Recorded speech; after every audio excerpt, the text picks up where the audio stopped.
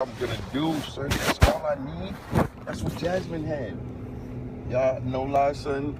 I started. He was there when I first started. I did an in-home massage business. Spent $1,600 on massage equipments and everything. This lady was just giving it away, pretty much. Yeah. But long story short, this girl that started with me, she wasn't the baddest. Yeah. She wasn't the prettiest. Yeah.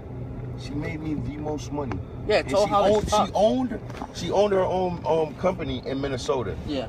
And she came with massage lotions, oil. She knew somebody that was running a hotel. Yeah. That she gave massage to. Yeah. He gives her free towels and everything. Yeah, you gotta have a front Like, too for that, all that shit too. No, but she had a building in Minnesota. Yeah, yeah. She just flew to Atlanta and gave me $2,000 to go get her apartment. Yeah. And run it out the apartment. Yo, she told me from the month of January to February, because she stayed for a month, left for February to March. She came back in March. She said she has yet to touch the money she made in January. Like, she made me the most money ever. Yeah. Like, and she wasn't even the baddest. Like, yeah, it all depends. Like, she knew what she was doing, though. There's this chick out here. She's fat, kind of ugly. I would never pick her, but she's somewhat.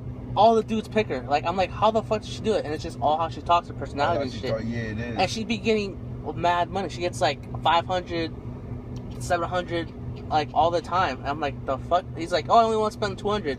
Like, oh, it's okay. Come on in. And she'll like, they'll have to walk home to they have to walk to the hotel because they ain't got money for a cab. Are you serious? Yeah.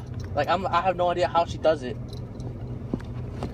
Alright, so our first goal is to fix this limo. Yeah. 12. We fixed that limo.